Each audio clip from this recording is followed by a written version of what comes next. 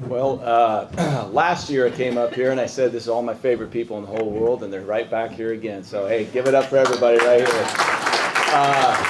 I'd like to piggyback on Rick and recognize you've got Chad and Jessica and Kelly and Stephanie and Amy. Great job putting this thing together again. Without you guys, this thing doesn't happen. Okay.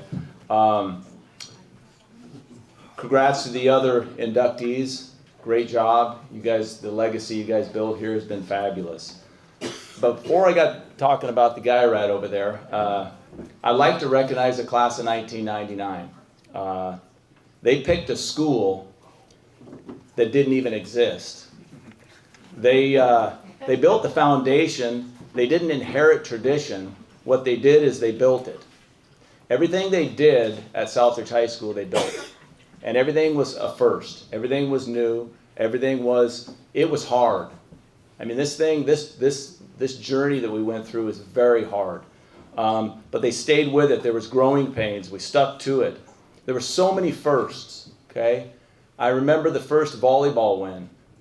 I think Emily was a part of that, and I think the lights went out that night. Do you remember that? Game point against Kamiak, and the lights went down. Okay, I vividly remember our first home run at Southridge High School, and he's sitting right back there. Donnie Watts hit it at Richland High School. And you know, in the middle of all this stuff, it was a definite journey, and we've all been through this thing. These guys have been a long time here, and Jake was an anchor to that dream that these guys took a chance on. All right, and without these guys, without this stuff. In fact, if you're a 1999 graduate, please stand up. 1999, stand up. Come on, get up.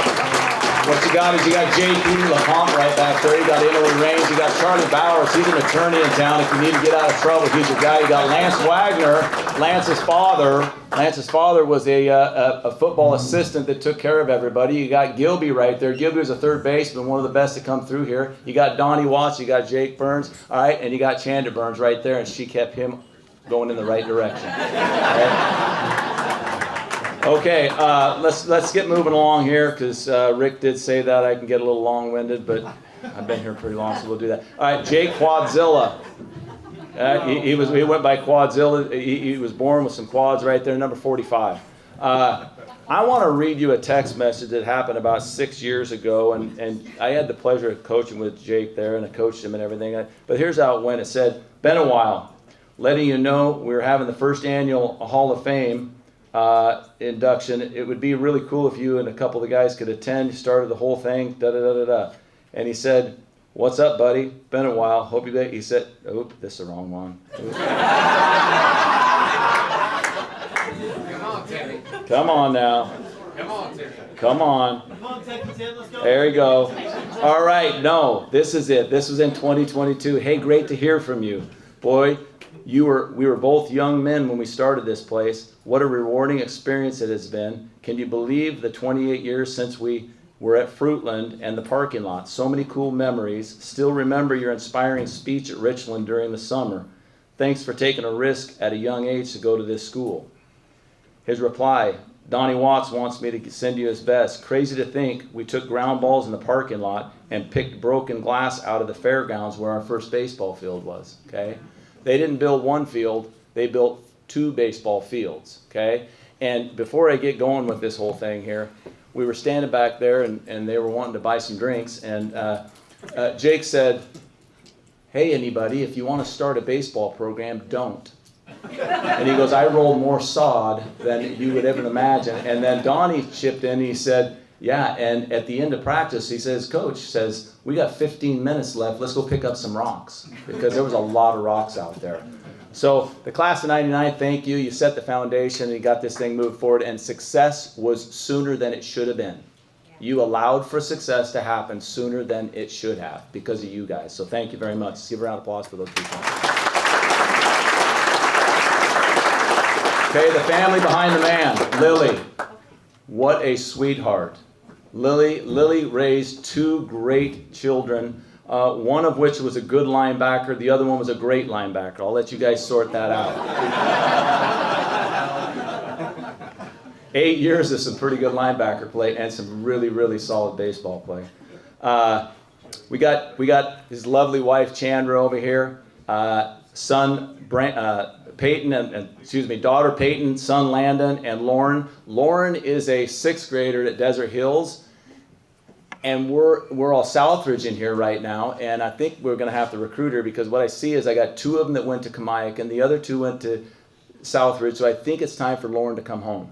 Okay, so we'll talk to her about that. All right, when I reached out to Jake, I called him. And every time I call the guy, he's either in like Dubai, he's in like some foreign country doing something really cool, okay? And it warmed my heart that when I called him, he was with his best buddies from Southridge High School on a river fishing.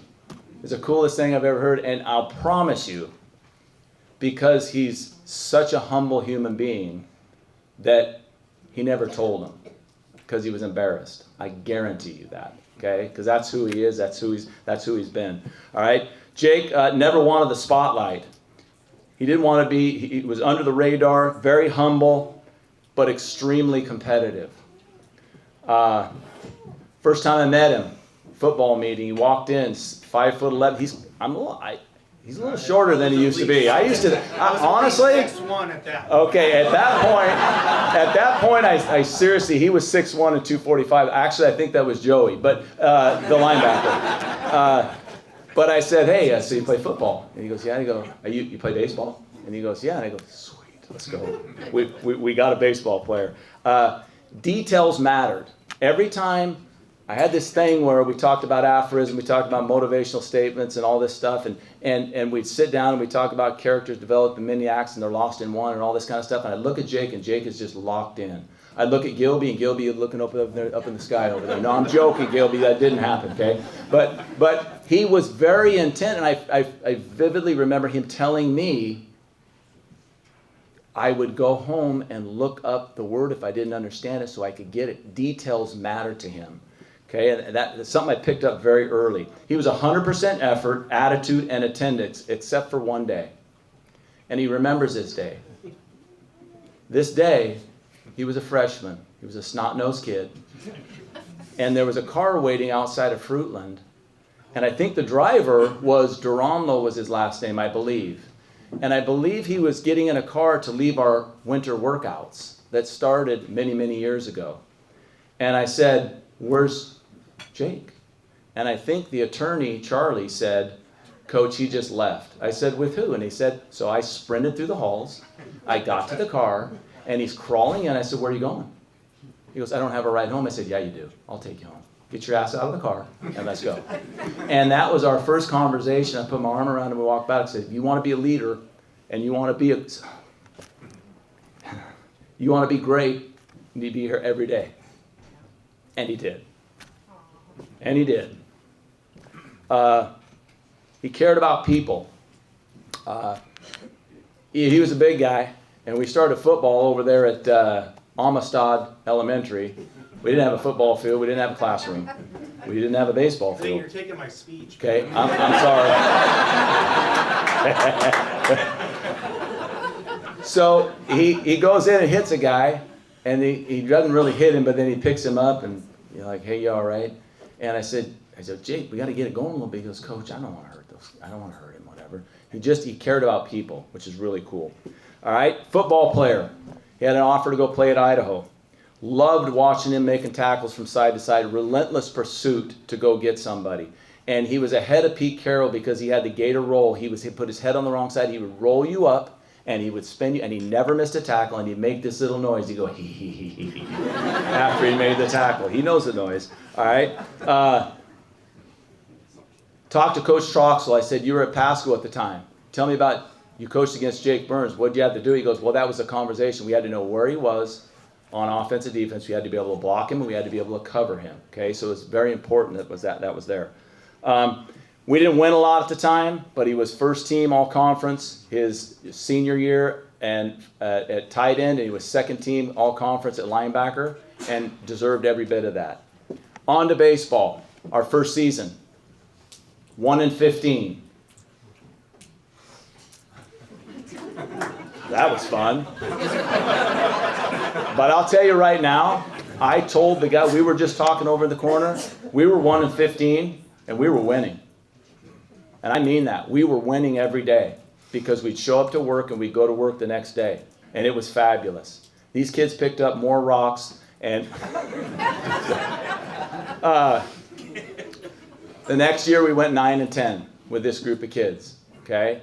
And Jake leading the way and got us into the playoffs that quick because of their work and what they did. First practice, I show up. Brother Paul, put your hand up. Where are you at? Come on, Paul. Come on, Paulie. And then Steve Davis right back there.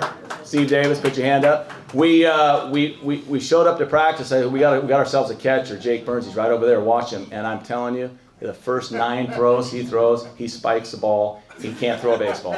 I'm like, oh my God, we do not have a catcher. We had a catcher, okay? He had a little setback. He broke his ankle. Tough kid. Got out to second base and looked down. His ankle's going that way, and he's sitting there looking at me. He goes, well, that's not good, okay? So he's a tough kid. He could hit a lot. He was hitting 440. I decided I was going to teach him how to hit. That was dumb. All right? I was going to teach him how to turn on a baseball. Well, he just kept doing it, and I said, just go back to where you're doing it. Don't listen to your coach because he doesn't know what he's talking about. Leadership. It's 103 degrees outside. We're at Richland, and I always ask the team, you got anything to say? I ask the coaches, you got anything to say? And Jake had had enough. And he put his hand up. And when he stood up, that was the moment I knew success had happened. He stood up, took accountability, problem solving, direction, dedication, and all of it was right there. And I went, we've done it. We got it. Okay? He lit those guys up worse than I ever did. Okay? And got the attention that we needed at that point. Okay? Absolute pleasure to teach and coach Jake. Truly an honor to stand up here and recognize him. What a great competitor, a friend, and a family man. Proud to present 2026, Jake Burns.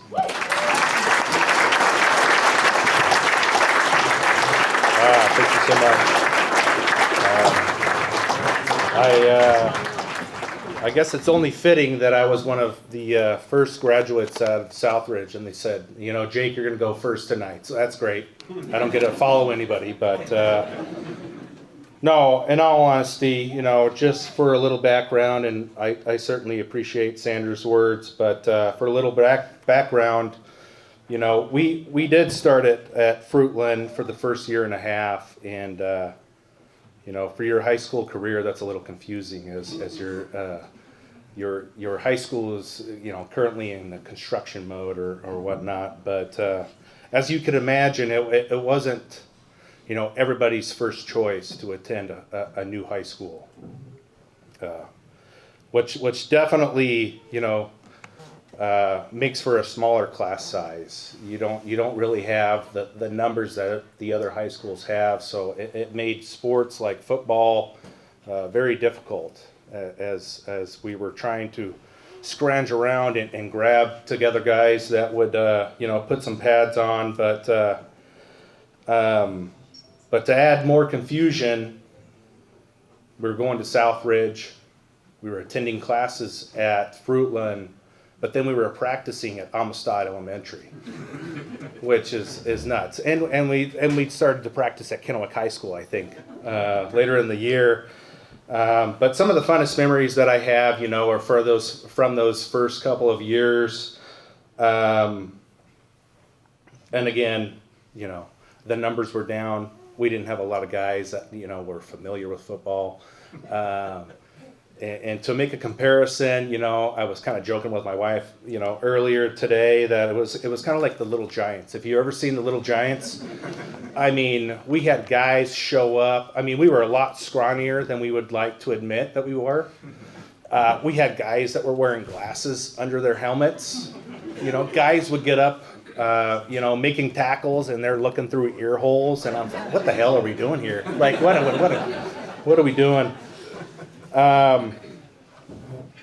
guys, I mean, so scrawny. Their their lower pads were like sagging at the hips. Their knee pads are not even on their knees, and just stuff like that. But I can only imagine what we looked like, getting out of the bus and as we're playing an opponent, as you're looking to strike fear into your opponent and impose your will.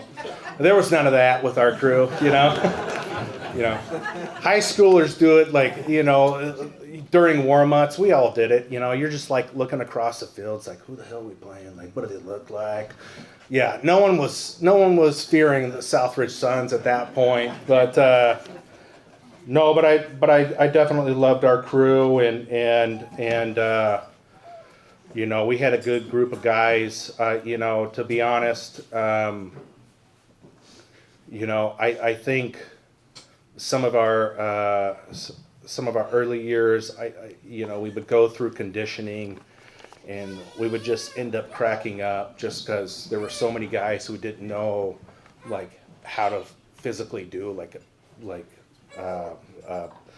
different like jumping jacks. Like I'd never listened to a coach like give like actual instruction on how to do a jumping jack.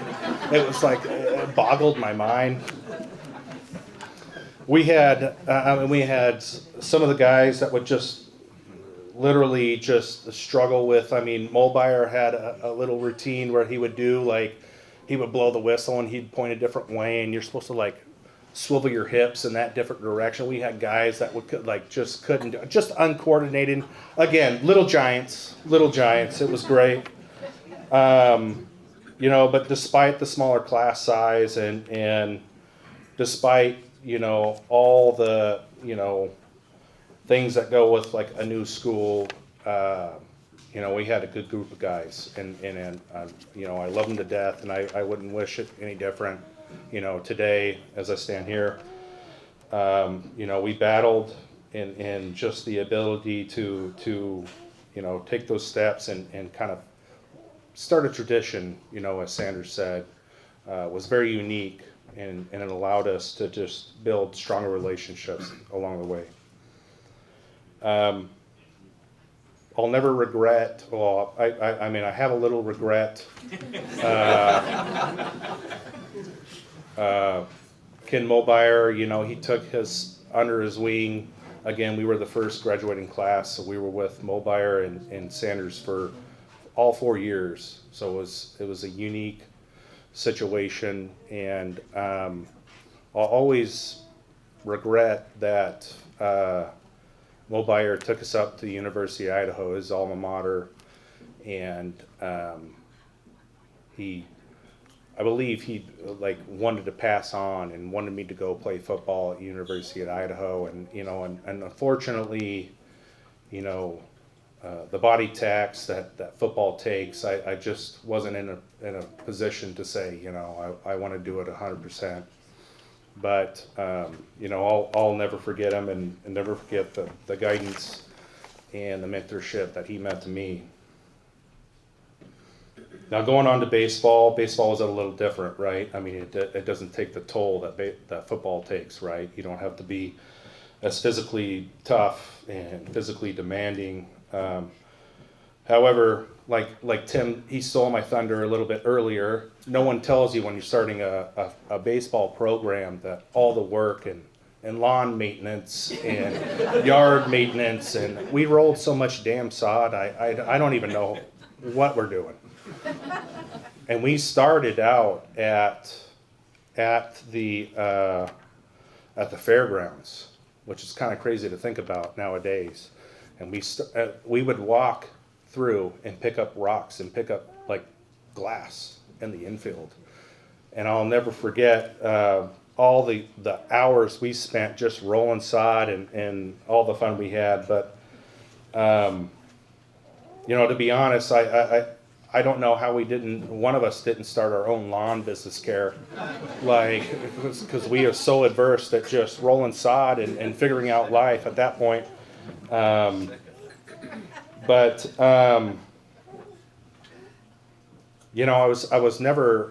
was kind of in a pickle, if you will, pardon the pun, during baseball, but I was an outfielder at heart, and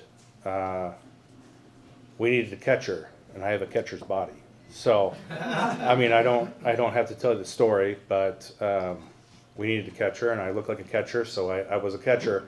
And I'll never forget one of the first games that we played out at the fairgrounds. Some guy was stealing, and I threw the ball, and I literally hit him in the neck. I don't know how it was possible. And I go back to the dugout, and I don't know who said it, and we're just sitting there like BSing or whatever, and I hear, Jesus Christ, like Jake almost killed a guy.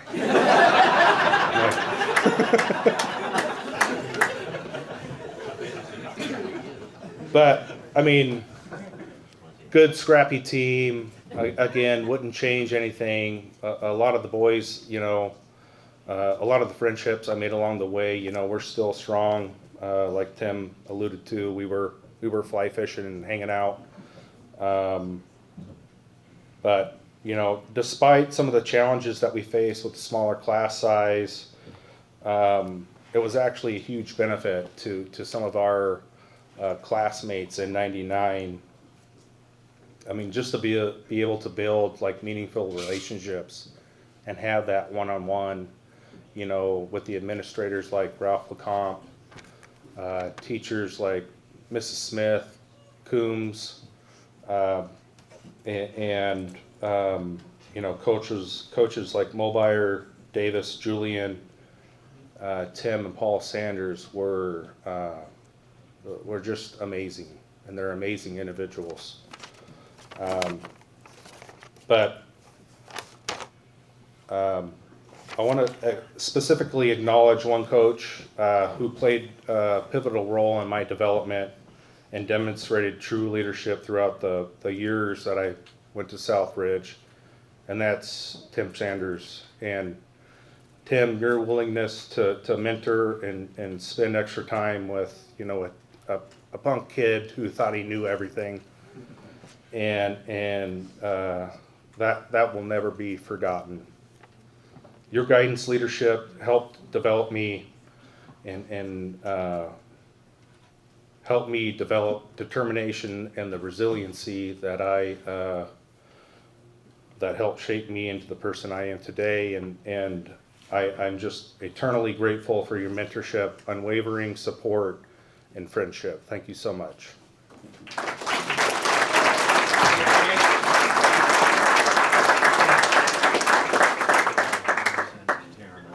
I'm honored, and I am beyond humbled to just be receiving this nomination, and I just want to say thank you.